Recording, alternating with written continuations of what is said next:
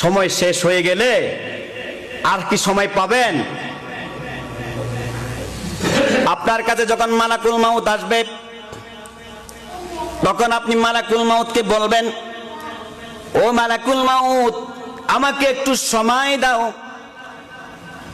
ওয়ানফিকু মিম্মা রাযাকনাকুম মিন ক্বাবলি আন ইয়াতিয়া আহাদাকুমুল মাউত ফায়াকুলা রাব্বি লাউলা আখখারতানি ইলা আজালিন করিব فأصدق وأكن من الصالحين ولن يؤخر الله نفسا إذا جاء أجلها والله خبير بما تعملون الله أكبر।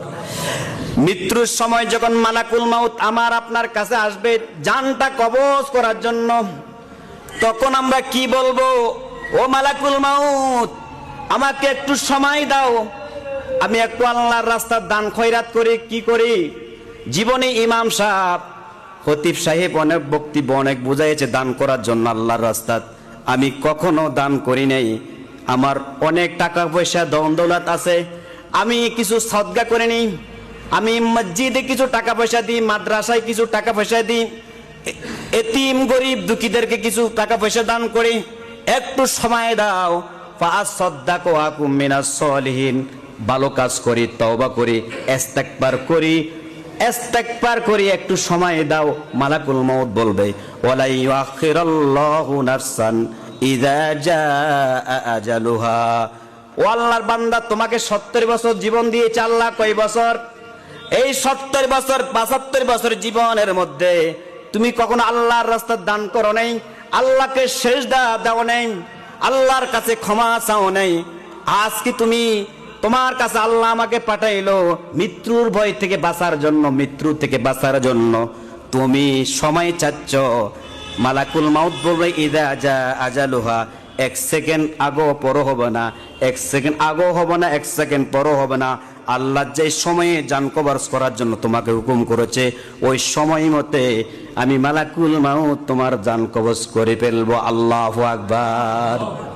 নাকি মালাকুল মাউতকে ফিটা শুরু করবেন? পৃথিবীর ক্ষমতাধর, শক্তিধর এরা পর্যন্ত, পৃথিবীর মধ্যে বহু শক্তিধর মানুষ ছিল, প্রভাবশালী,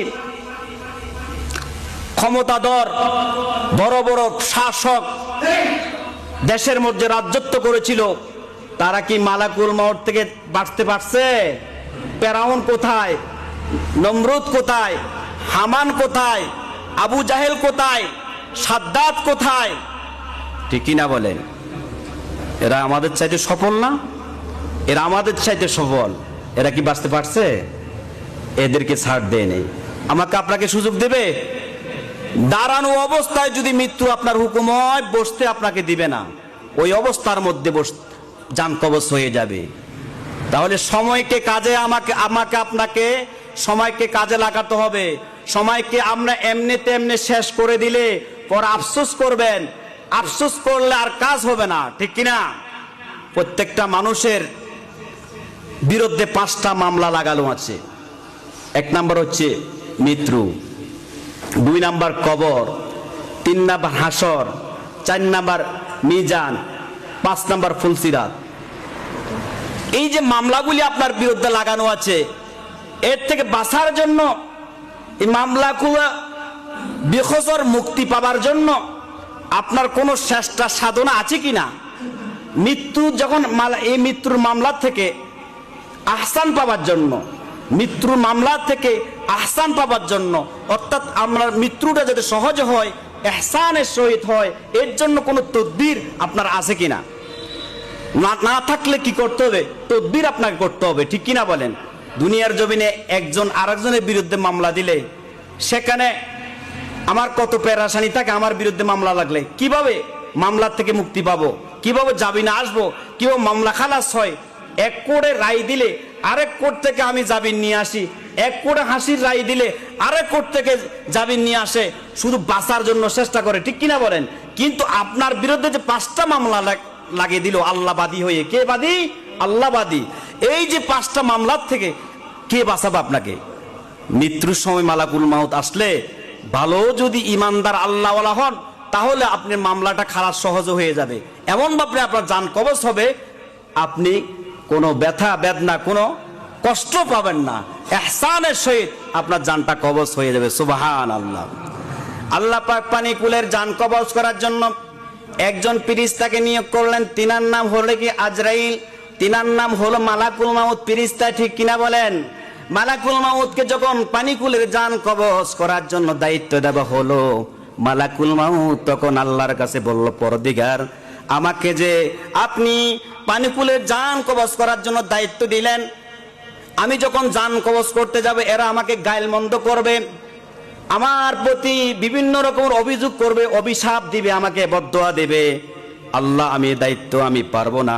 তখন রব্বুল আলামিন বললেন, মালাকুল মাউত, তোমাকে কেউ গালমন্দ করবে না, আমি যে কোনো মানুষের মৃত্যুর সময় একটা কারণ সৃষ্টি করব, একটা উসুলা সৃষ্টি করব। সুবহানাল্লাহ। করে কিনা? মৃত্যুর সময় একটা উসুলা হয়ে যায় না? হঠাৎ স্ট্রোক করেছে, স্ট্রোককে সবাই দোষী করে, হঠাৎ প্রেসার বেড়ে গেল, হাই প্রেসারে লোকটা মারা গেল, মালাকুল মাউতের দোষ কেউ দেয়? দেয় না। লোকটা গাছে উঠলো, গাছ থেকে পড়ে মৃত্যুবরণ করলো, লোকটা প্যাট্রি ছিল, প্যাট্রির আগুন লেগে গেল, সেই জন্য মরলো, ঠিক কিনা? এই যে কারণ সৃষ্টি করলো, মালাকুল মাউতকে এই পর্যন্ত কেউ গালমন্দ করে না, কেউ দোষারোপ করে না। আল্লাহু আকবার। এই যে মালাকুল মাউত আপনার জান কবজ করে পেলে,